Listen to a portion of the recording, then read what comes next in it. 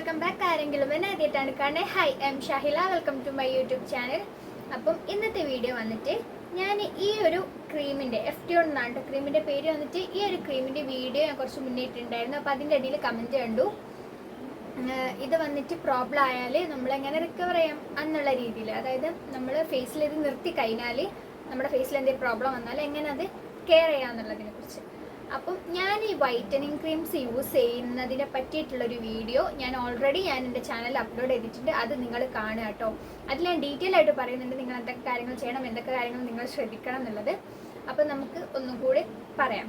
അത് കാണാത്തവരാണെങ്കിൽ അത് പോയി കാണാം, എന്നാൽ കുറച്ചും കൂടി ഡീറ്റെയിൽ ആയിട്ട് നിങ്ങൾക്ക് കിട്ടും. ഞാനിത് ഡീറ്റെയിൽ ആയിട്ട് പറയുന്നില്ല, ഞാൻ എങ്ങനെ കെയർ ചെയ്യാം എന്നതിനെ കുറിച്ച് മാത്രമാണ് ഞാൻ ഈ വീഡിയോയിൽ പറയുന്നത്. പക്ഷേ മറ്റേ വീഡിയോയിൽ ഞാൻ എങ്ങനെ കെയർ ചെയ്യണം, എന്തൊക്കെ കാര്യങ്ങൾ നമ്മൾ ശ്രദ്ധിക്കണം, ഇത് യൂസ് ചെയ്യുമ്പോൾ എന്തൊക്കെ കാര്യങ്ങൾ ശ്രദ്ധിക്കണം, ഈ ക്രീം എന്നല്ല വൈറ്റനിങ് ക്രീം ഒക്കെ, എല്ലാ വൈറ്റനിങ് ക്രീമും അതിനെക്കുറിച്ചൊക്കെ ഞാൻ പറഞ്ഞിട്ടുണ്ട്. അപ്പോൾ നിങ്ങൾ അത് പോയി കാണാം കേട്ടോ.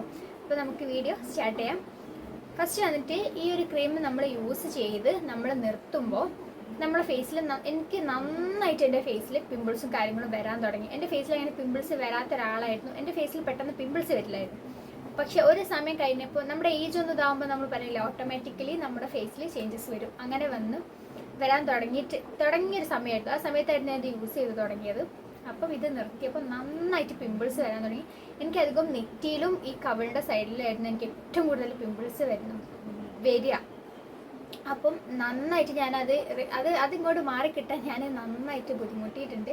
എനിക്ക് നല്ലപോലെ പിമ്പിൾസ് വന്നിട്ടുണ്ടായിരുന്നു ഈ ഒരു ക്രീം യൂസ് ചെയ്ത് ഫസ്റ്റ് ടൈം ഞാൻ നിർത്തിയപ്പോൾ. പക്ഷേ രണ്ടാമത്തെയും മൂന്നാമത്തെയും വട്ടം ഞാൻ യൂസ് ചെയ്തപ്പോൾ, അതായത് സ്റ്റോപ്പ് ചെയ്തൊരു കുറച്ച് വിട്ടിട്ട് ഞാൻ വീണ്ടും യൂസ് ചെയ്തിട്ടുണ്ടായിരുന്നു. അങ്ങനെ യൂസ് ചെയ്തപ്പോൾ ഞാനത് നിർത്തുന്ന സമയത്ത് ഞാൻ നന്നായിട്ട് ശ്രദ്ധിച്ചു. അപ്പോൾ എൻ്റെ ഫേസിൽ വലിയ കുഴപ്പങ്ങളൊന്നും ഇല്ലാതാണ് നിന്നത്. അപ്പോൾ നിങ്ങൾ പ്രോബ്ലം വന്ന ഒരാളാണെങ്കിൽ നിങ്ങൾ ആദ്യം ചെയ്യേണ്ട കാര്യം, നന്നായിട്ട് പ്രോബ്ലം നിങ്ങളുടെ ഫേസിലുണ്ടെങ്കിൽ നിങ്ങളൊരു ഡോക്ടറെ കൺസൾട്ട് ചെയ്തിട്ട് മാത്രം നിങ്ങളുടെ ഫേസിലേക്ക് എന്തെങ്കിലും പ്രൊഡക്ട്സ് യൂസ് ചെയ്യുക. കാരണം നിങ്ങളത് യൂസ് ചെയ്ത് തുടങ്ങി കുറച്ച് കഴിയുമ്പോഴായിരിക്കും ചിലപ്പോൾ നിങ്ങളുടെ ഫേസിന് അത് സ്യൂട്ട് ആവാത്ത, അല്ലെങ്കിൽ നിങ്ങളുടെ സ്കിൻ ടൈപ്പിന് അത് സ്യൂട്ട് ആവാത്ത പ്രൊഡക്റ്റ് ആണെങ്കിൽ വീണ്ടും അത് പ്രോബ്ലംസിലേക്ക് കൊണ്ടുവരാനുള്ള ചാൻസസ് ഭയങ്കര കൂടുതലാണ്.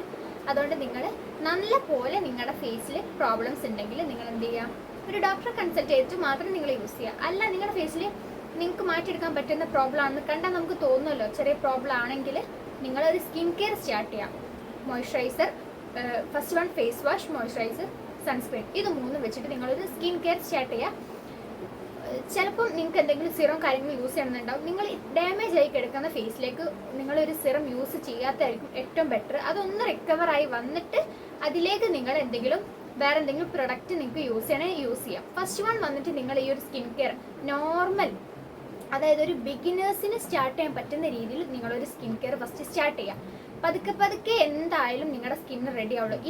ഈ പ്രൊഡക്റ്റ് എന്നല്ല, ഏതൊരു പ്രൊഡക്റ്റ് യൂസ് ചെയ്ത് നിങ്ങളുടെ ഫേസ്, അല്ലെങ്കിൽ നോർമലി നിങ്ങളുടെ ഒരു ഫേസ് പിമ്പിൾസും കാര്യങ്ങളും ഉള്ളതാണെങ്കിൽ നിങ്ങളത് സ്റ്റാർട്ട് ചെയ്ത് ഒരാഴ്ച 2 ആഴ്ച ഒന്നും യൂസ് ചെയ്തിട്ട് കാര്യമല്ല. ഒത്തിരി നാളധികം നിങ്ങൾ യൂസ് ചെയ്യണം. എന്നാൽ മാത്രമേ ഫേസ് നിങ്ങൾക്ക് റിക്കവർ ചെയ്ത് കൊണ്ടുവരാൻ പറ്റൂ. ഒരു 3 to 4 മന്തോളം നിങ്ങൾ യൂസ് ചെയ്യുക. ഒരു 2, 3, 4 അത്രയും ടൈം നിങ്ങൾ യൂസ് ചെയ്യുക. എന്നാൽ മാത്രമേ നിങ്ങൾക്ക് അതിനുള്ള ഒരു റിസൾട്ട് കിട്ടും. 1 മാസം, 1.5 മാസം, 2 മാസം ആകുമ്പോഴത്തേനൊക്കെ നിങ്ങൾക്ക് ചേഞ്ചസ് ചിലപ്പോൾ കണ്ടു തുടങ്ങും. അപ്പോൾ നിങ്ങൾ അങ്ങനെ കണ്ടിന്യൂസ് യൂസ് ചെയ്യുക. പിന്നെ ഞാനിപ്പോൾ ഒരു പ്രൊഡക്റ്റ് പറയാം, നിങ്ങളുടെ സ്കിൻ ടൈപ്പ് ഏതാണെന്ന് പറഞ്ഞിട്ടുണ്ടായിരുന്നില്ല കമൻറ്റിൽ. അതുകൊണ്ടാണ് ഞാനൊരു സ്കിൻ ടൈപ്പ് പറയാഞ്ഞത്.